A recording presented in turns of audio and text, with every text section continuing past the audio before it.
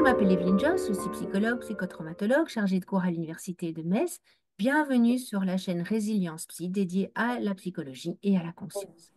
Aujourd'hui, nous recevons Julie et nous allons parler avec Julie de la thérapie de la reconsolidation. Julie, bonjour. Bonjour. Alors, vous avez vécu quelque chose d'extrêmement difficile et ce qui vous a aidé, c'est la thérapie de la reconsolidation. Alors, peut-être si vous pouvez nous expliquer dans quel cadre vous avez fait la rencontre de cette thérapie. Alors, j'ai appris l'existence de cette thérapie après voilà, un événement traumatique qui a été la perte de mon fils aîné. Et c'est ma gynécologue qui voilà, a vu que j'étais très mal en point. Après ça, j'ai perdu 19 kilos en 3 mois et elle m'a orientée vers Monsieur Jaudier qui pratiquait effectivement la thérapie de reconsolidation. C'était combien de temps après le décès? J'ai perdu mon fils aîné en 2018 et je suis retombée enceinte par la suite, 6 mois après. Et après, il y a eu le Covid, donc c'est vrai qu'on était assez isolés pendant cette période-là. Et puis, lors d'un contrôle avec ma gynécologue, voilà, elle a vu effectivement que j'avais perdu beaucoup de poids. Elle m'a demandé un petit peu comment je me sentais, pourquoi je perdais autant de poids. Et puis, elle m'a mis un peu sur le fait accompli, hein, en me disant que ce serait peut-être temps que je me fasse aider et que j'arrête de faire un petit peu l'autruche. Et ça, ça a pris ouais, 2 ans et demi à peu près après le drame. Est-ce que vous aviez fait d'autres démarches thérapeutiques auparavant? Non, non, parce que en fait, donc on a été deux à vivre ce traumatisme avec mon mari. Donc c'est vrai qu'on s'est beaucoup soutenus. Comme on dit, ce genre enfin, de traumatisme, c'est soit ça passe, soit ça casse dans un couple. Nous, on était déjà assez fusionnels avant et ça nous a encore plus rapprochés. Donc c'est vrai qu'on s'est beaucoup soutenus, on parlait beaucoup, on échangeait beaucoup sur nos sentiments, ce qu'on pouvait éprouver, on pleurait beaucoup aussi. Et puis c'est vrai que la venue de mon deuxième fils, du coup, 1 an et demi, enfin, ouais, un peu plus d'1 an après, a fait que, bon, voilà, on a été aussi occupés psychologiquement.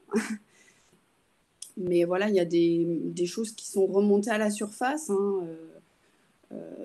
C'est un garçon aussi. Après, il y a eu le Covid, donc, une infection qui tournait. Donc, on avait peur pour notre enfance que mon fils aîné est décédé d'une infection, justement. Donc, ça a fait remuer beaucoup de choses et du coup, c'est à ce moment-là que moi, personnellement, je me suis décidée, parce que j'en avais marre en fait de vivre dans cette peur de tout en fait. Comment ça s'est passé, cette thérapie? C'était rapide, concis, court, perturbante, très perturbante. Comment ça s'est déroulé? On a beaucoup discuté pendant 3 séances. Sur ma vie en général, hein, de mon enfance jusqu'à aujourd'hui. Et pendant ces 3 séances-là, voilà, il a mis le point sur plusieurs traumatismes, mais bon, dont un qui voilà, est beaucoup plus ressorti que d'autres, la perte du coup de mon fils aîné. Donc c'est là-dessus, voilà, il s'est dirigé vraiment sur celui-là parce que c'était vraiment celui-là qui, qui faisait que ma vie avait beaucoup changé, quoi, et que c'était difficile au quotidien.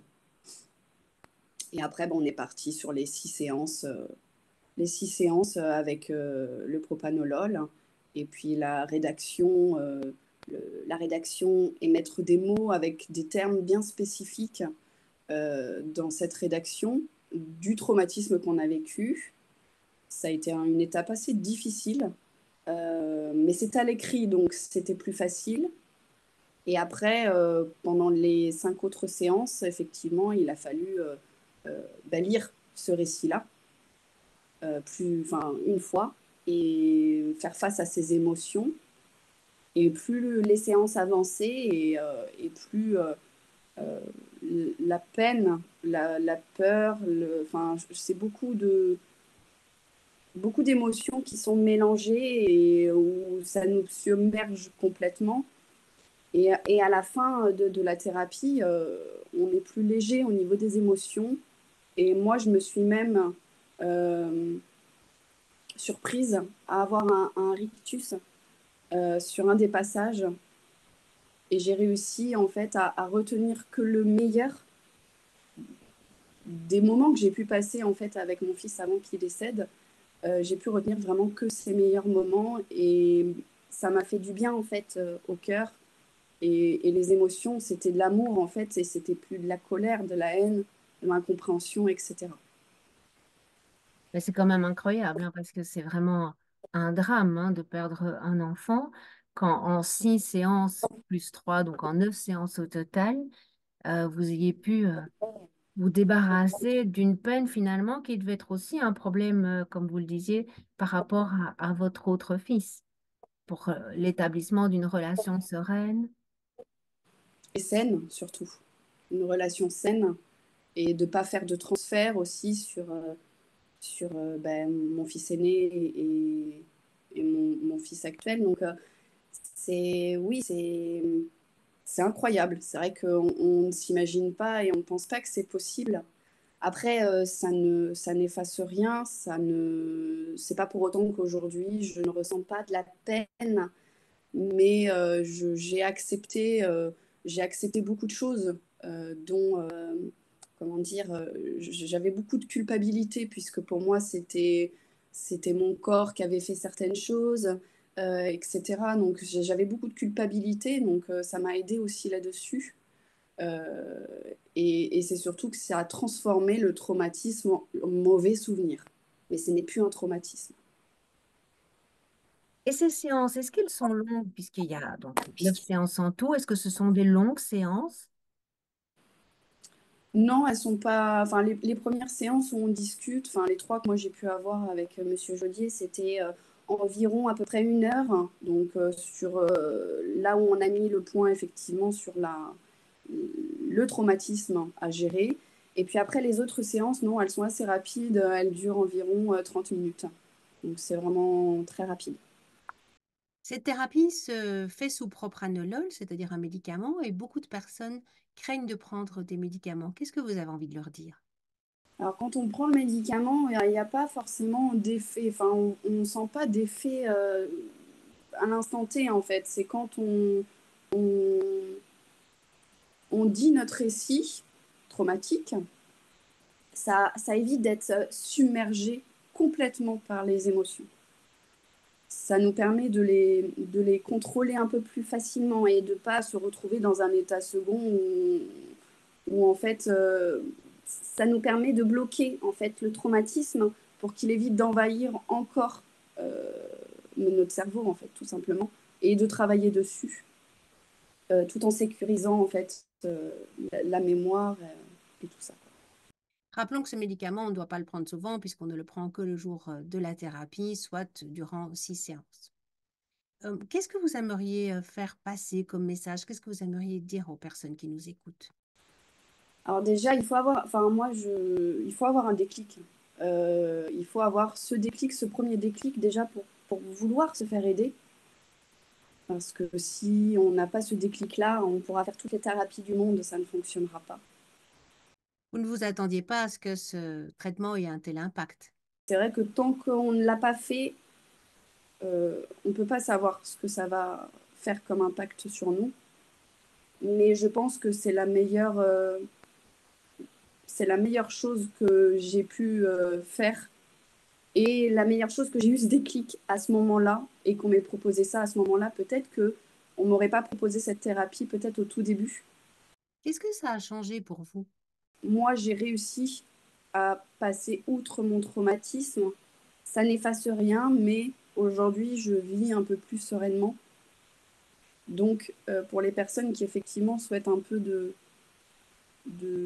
paix et de vivre une vie un peu plus saine, de la faire, cette thérapie.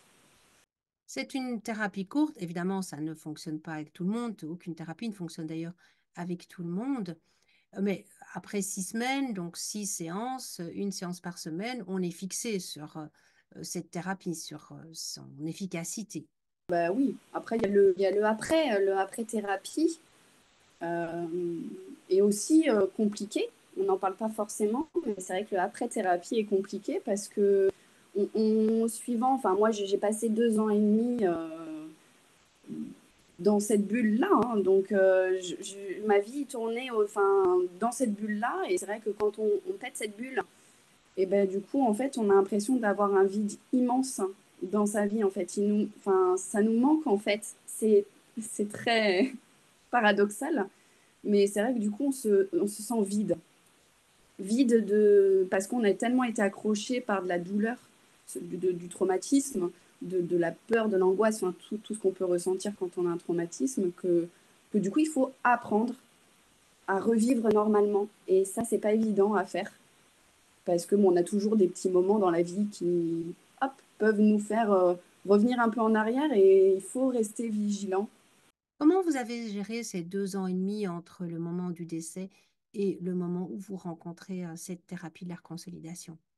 Je suis quelqu'un qui, pendant ces 2 ans et demi où j'ai pas été en thérapie, j'étais quelqu'un qui m'occupait beaucoup parce que ça m'occupait l'esprit. Je pensais pas du coup au traumatisme, j'étais en mode automatique. Puis après la thérapie, du coup, je vivais en pleine conscience, j'étais plus en mode automatique. Et du coup, ça m'a beaucoup perturbée. C'est pour ça que je dis que la thérapie, après la thérapie, c'est parfois compliqué. Ce que vous dites est vraiment essentiel. Alors oui, effectivement, la thérapie de la reconsolidation va réduire l'impact traumatique, mais après, il y a tout le reste. Et pour certaines personnes, ça veut dire que c'est important de continuer un travail thérapeutique sans propranolol, c'est-à-dire sur un mode peut-être plus classique. Mais c'est vrai que d'avoir l'écoute euh, d'un professionnel sur la suite, on n'a pas l'impression en fait d'avoir fait la thérapie et d'être lâché après derrière comme ça, et débrouillez-vous quoi. Donc je pense que c'est bien quand même de garder quand même ce filet de sécurité. Après voilà, tout dépend des personnes aussi, hein. Il y a des personnes où il y a un gros traumatisme, et il y a d'autres traumatismes aussi à côté. Donc peut-être qu'effectivement, voir s'il n'y a pas de possibilité de peut-être travailler sur les autres petits traumatismes. Qu'avez-vous envie de dire pour clôturer l'entretien? Il faut s'écouter, et puis quand c'est le moment, il faut y aller. Et il ne faut pas avoir peur. De toute façon, il n'y a pas de risque négatif, hein, à faire cette thérapie. Donc, je veux dire, voilà, c'est un travail aussi du thérapeute, mais c'est aussi un énorme, énorme travail sur nous-mêmes. Et que si on n'est pas prêt à le faire, je pense qu'il faut attendre le bon moment pour le faire, parce que sinon, ça ne marchera pas. Merci Julie. Je vous en prie. Vous avez aimé cette vidéo, pensez à la commenter, à la partager et à faire connaître Résilience Psy. Merci et à bientôt pour de nouvelles aventures sur Résilience Psy. Au revoir.